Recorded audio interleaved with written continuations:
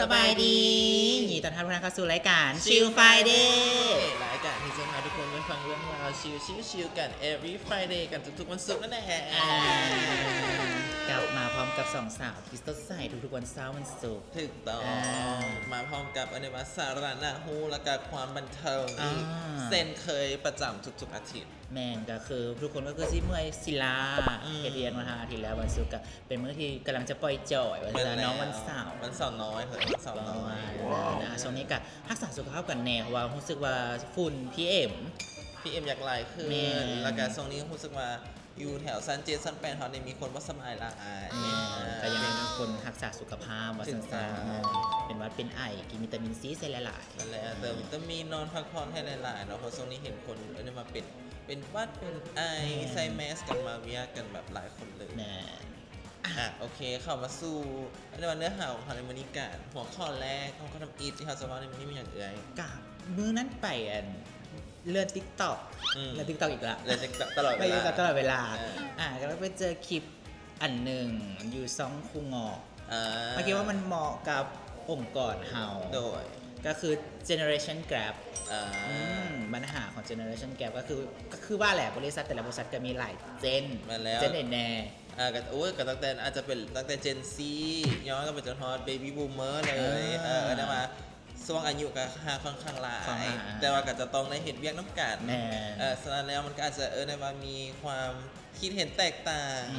ความบ่เข้าอกเข้าใจกันน้อยหนึ่งแล้วเรามากับเห็ดเวียกซึ่งเป็นเรื่องปกติเลย และทุกสิ่งทุกอย่างที่ปัญหาที่เกิดขึ้นนะเกิดย้อนอันเดียวก็คือการสื่อสาร แม่นแล้ว เฮ็ดให้แบบด้วยความที่มันแต่ละคนมันมีความคิดเห็นที่แตกต่างกันคือเบบี้บูมสินะเบบี้บูมกับอย่างกับเขาเรียกเจน X เบบี้บูมกับเจน X นะคือเขาจะให้ความสำคัญกับความขยันอดทน เพราะว่าอันนี้มาลุ้นเขาจะเกิดนี่มาลำบากลุ้นลำบากต้อง ให้อย่างต้องมีความอดทนได้ ต้องอดทน ต้องขยันมันเพียงนั้นจะได้สิ่ง จึง นั้น ได้ มา ดีเป็นลุ้นบุกเบิก อ่า เพราะฉะนั้นแล้วหาสมุดมาถ้ามีความขยันมีความดุมันเขาจะอินดูครับเป็นพิเศษ ประมาณนั้นแล้วมาเรื่องเจน Y จะการให้คุณค่าเกี่ยวกับพวกการแลกเปลี่ยนความคิดเห็นนี่อย่างประมาณนี้แล้ววันนี้เจน C เด้เจน How เจนฮาวเจนซีก็จะเนี่ยมามีความคิดเป็นของตัวเอง เป็นตัวของตัวเองว่าจัง ตัวข ซะ องตัวเอง ก็คือเป็นคนที่แบบคล้ายๆว่าทุกอย่างต้อง make sense มันสิเอาเปรียบกินเปรียบกันบ่ได้ก็คือเขาสองคน คันมันบอเวกเซนเนี่ยก็คือยอมยิ่งเก็บกับยา ประมาณนั้นแล้วคันสมมติมาลงกันกับเบบี้บูมเมอร์นี่คันสมมติเบบี้บูมเมอร์มีแต่บอกว่าเคยผ่านแบบนี้มาก่อนได้ต้องเสือฟังคอย เจน ซี เจนไว้กับเจนซีก็คือจะ แก ขัด ง ขา หัวแบบ อืม บ้าลุ้นจักกะลุ้นใครมันก็คือกัน เจนไว้ก็เอ้าจะซีมาว่าอย่างซีบ่ได้จะซีให้คนเสื้อเจ้าบ่ได้แต่ทั้งแบบซีแบบแต่ตัวเองก็บ่ได้แต่ต้องแบบเจนเบบี้บูมเมอร์ก็ต้องมีรายละเอียดมีแบบคล้ายๆแบบให้มีเหตุผลมา เป็นอย่างคือต้องเป็นแนวนี้ แนวนี้ ส่วนเจน Y เจน Z คือเฮานี่ก็สิบอกว่าบอเฮาแนวนี้นี่เธอสิกับบ่ได้ ก็บ่ได้ก็ต้องแบบมีเหตุผลกับเบบี้บูมเมอร์นะ ก็ต้องลองก่อนลองเห็นแบบพี่เพิ่นแนะนำมาให้ก่อนคันบ่ได้ก็จังค่อยว่ากัน อารมณ์ประมาณว่าเบบี้บูมเมอร์ก็ต้องมีหลักฐานมีเหตุและผลที่จะไปลงกับเจนซีและเจนซีจะไปลงกับเบบี้บูมเมอร์ก็คือต้องเข้าใจความขยันและอดทนของเบบี้บูมเมอร์กับเจนเอง ต้องมีความอดทนและขยันเพิ่มขึ้นหน่อยนึง อารมณ์ประมาณว่าลูกเข้ารู้เราหรือว่าหูเพิ่นหูเห่าลบร้อยเถื่อชนะร้อยเถื่อประมาณนี้ อันนี้ก็เป็นเคล็ดลับเล็กๆน้อยๆเนาะสำหรับอันนี้ว่าเรื่องของ generation gap ในโบแมนแต่ว่าในบอลเฮ็ดเวียงเนาะยิ่ใส่ก็คือกันเวลาเข้าหาคุณยายหรือว่าเข้าหาคนที่มามีช่วงอายุห่างจากเขาหลายก็ต้องรู้ ผู้ใหญ่เนี่ยใกล้ๆคือพ่อคือแม่เนี่ยเที่ยงกันเดียวหั่นแหละค่อยเคยอาบน้ำร้อนค่อยเคยอาบน้ำร้อนมาก่อนเจนซี่ครับอ้าวหัวมันร้อนแล้วอย่างคืออาบ แนวนั้น ก็จะเป็นแนวนั้น แกหวังว่าทุกคนจะได้ความรู้เล็กๆน้อยๆ ก็จะได้เอาไปใช้กับทีมมาสั่นๆเพื่อที่เฮ็ดให้การเฮ็ดเวียกหรือว่าการสื่อสารนั้นดีขึ้น เฮ็ดเวียกกันราบรื่นขึ้นเข้าใจกันหลายขึ้น ถูกต้องเป็นสาระ เป็นสาระนะไม่ได้เป็นกระเทยพำเพรื่อ เดี๋ยวนี้มีจากตอนสาระต่อไปแม่อย่างของเขา มาว่าเรื่องสุขภาพ เขา ว่าเมื่อกี้นี่เขาว่าเรื่อง ฝุ่น PM ไปละโดยวันนี้ทุกคนอาจจะบ่ฮู้ว่าอาการของร่างกายเขานะมันกำลังจะบอกอีหยังกับเฮาบางเทื่อก็สมมุติว่าช่วงนี้เจ็บป่วยแบบบางคนกับบ่ฮู้ล่วงหน้าสิป่วยแต่มาเขาขนาดสมมุติว่าเขาสังเกตดีๆสังเกตเบิ่งร่างกายมันอาจจะมีอะไรทำไมเกิดขึ้นสารบางสิร่างกายอาจจะส่งสารส่งซิกบางอย่างมาบอกก่อนล่วงหน้าแล้วว่าช่วงนี้เขากำลังจะบ่สบายเด้อสิแม่นคือเขาจะว่าคันสมมุติว่าเฮาตื่นขึ้นมาเฮาบ่เฮาตื่นกลางดึกแล้วเฮาหิวของหวานนะที่จริงเฮาบ่ได้หิวของหวานมันเป็นการสั่งงานจากสมองมาเฮาเฮ็ดเวียกหลายเกินไปแล้วเฮาเมื่อยต้องให้เฮาพักผ่อนในเพียงพอให้เฮาหิวแล้วก็บางเทื่อก็ตื่นกลางดึกขึ้นมาแบบตี3ตี4เดี๋ยวว่า 2-3 โมงกลางคืนสินะที่จริงอันนั้นแบบเฮาบ่ได้ยากแต่ว่าเฮาแค่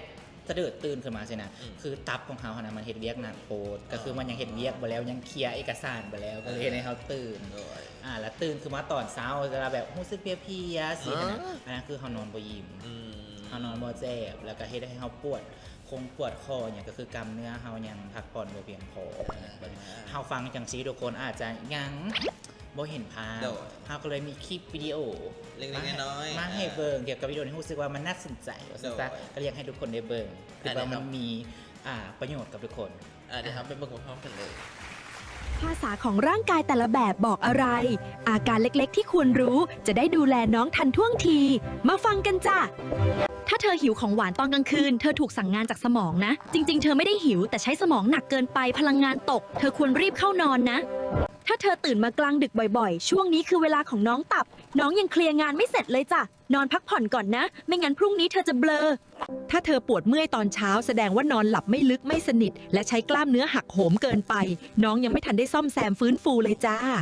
หากเธอมือเท้าเย็นง่ายแสดงว่าน้องหลอดเลือดส่งการไหลเวียนเลือดได้ไม่ดีไปเลี้ยงปลายทางได้ไม่เต็มที่ควรออกกำลังกายกินของดีๆบ้างนะถ้าตื่นแล้วเบลอเวียนหัวโคลงเคลงแสดงว่าเธอเครียดสะสมสมองรับภาระซ้ำๆทุกวันได้โปรดช่วยปรับเวลาให้น้องสมองบ้างถ้าช่วงนี้ถอนหายใจบ่อยโดยไม่รู้ตัวแสดงว่าร่างกายเธอกำลังรู้สึกตึงเครียดพาน้องปอดไปสูดหายใจลึกๆอากาศบริสุทธิ์หน่อยนะแล้วถ้าเธอง่วงทั้งวันอ่อนเพลียไม่มีแรงทำงานน้องสมองและตับกำลังส่งสัญญาณว่าให้เธอพักหน่อยหักโหมเกินไปหรือเปล่าและถ้าเธอรู้สึกท้องอืดแน่นท้องง่ายแสดงว่าน้องสมองและลำไส้ทำงานหนักหากเครียดรีบกินและกินเยอะระบบร่างกายจะรวนทันทีพวกเราทำงานสัมพันธ์กันแบบนี้ขาดสิ่งใดสิ่งหนึ่งไปไม่ได้พวกเธอช่วยดูแลและรักพวกเราหน่อยนะบอกแล้วว่าเอามาเนี่ยน่าสนใจก็คือมันมีความรู้เต็มๆเลยบางคนบางอย่างเขาก็อาจจะมาสังเกตด้วยซ้ำไปว่าอุ้ยเขาก็มีบางคนก็มีอาการนี้คือการแต่ว่าปกติก็คือว่าเขาเจ็บเป็นเอ็นอุ่นเป็นเจ็บเจ็บคอธรรมดาอะไรที่จริงแล้วมันบ่มีก็คือก่อนที่จะเจ็บนักก็นี่ก็สามารถสังเกตเบื้องร่างกายของตัวเองได้ว่าร่างกายเขานี้ส่งสัญญาณอย่างมาให้ระบก็สามารถไปติดตามคลิปดีๆจากซองคนนะเขาเชื่อว่ามีหลายคลิปเลยที่น่าสนใจแต่ว่าเขาเอาคลิปมาอันหนึ่งที่คิดว่ามันทุกคนน่าจะมักแหละโอเควันนี้ต้องมาความรู้สละไปแล้วต่อไปก็จะเป็นส่วนของความบันเทิงเอาสถานที่ท่องเที่ยวก่อนโอเคได้เลยเราเรื่องสุขภาพไปแล้วเนาะแล้ววันนี้เขาอยากให้ทุกคนมีการแบบไปสูดอากาศโดยเพิ่มพลังปอดหลายคนก็คิดเห็นหนองบัวแดงที่อยู่ประเทศไทยตอนนี้กันเป็นแลนด์มาร์คอันนึงที่กำลังมาแห้งไม่ต้องไปฮอดไทยแล้วเดี๋ยวนี้อยู่แล้วก็มีแม่อยู่แล้วก็มีนั่นก็คือยุใส่จ้าบึงหนองทาจ้ะ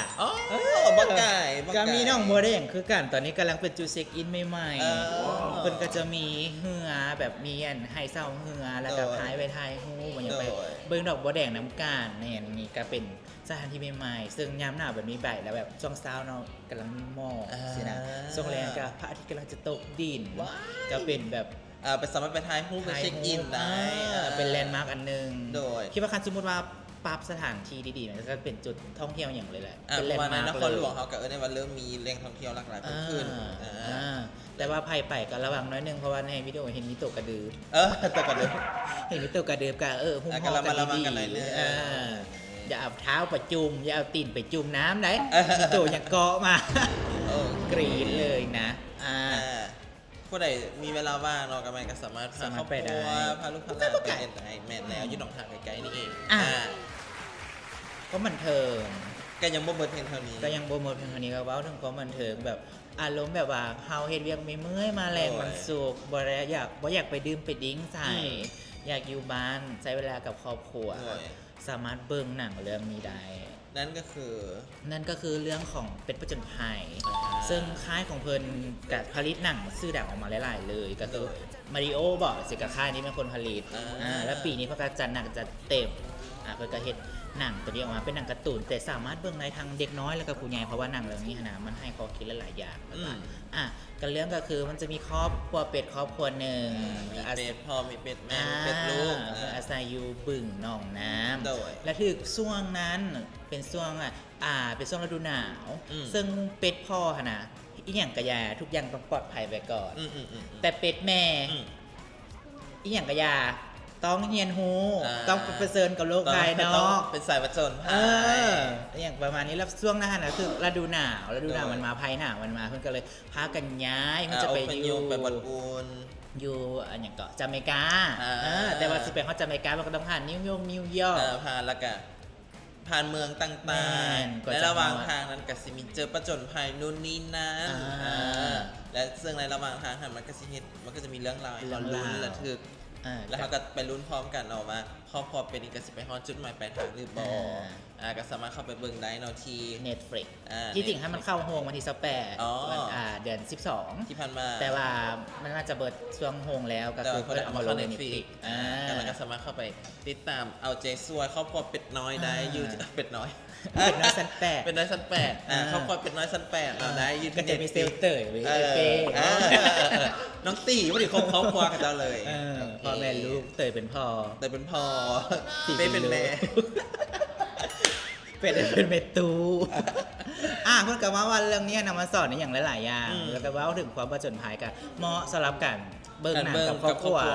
ก็อยากให้ไปเบิ่งลองไปเบิ่งว่ามันจะสอนอีหยังแน่โอเค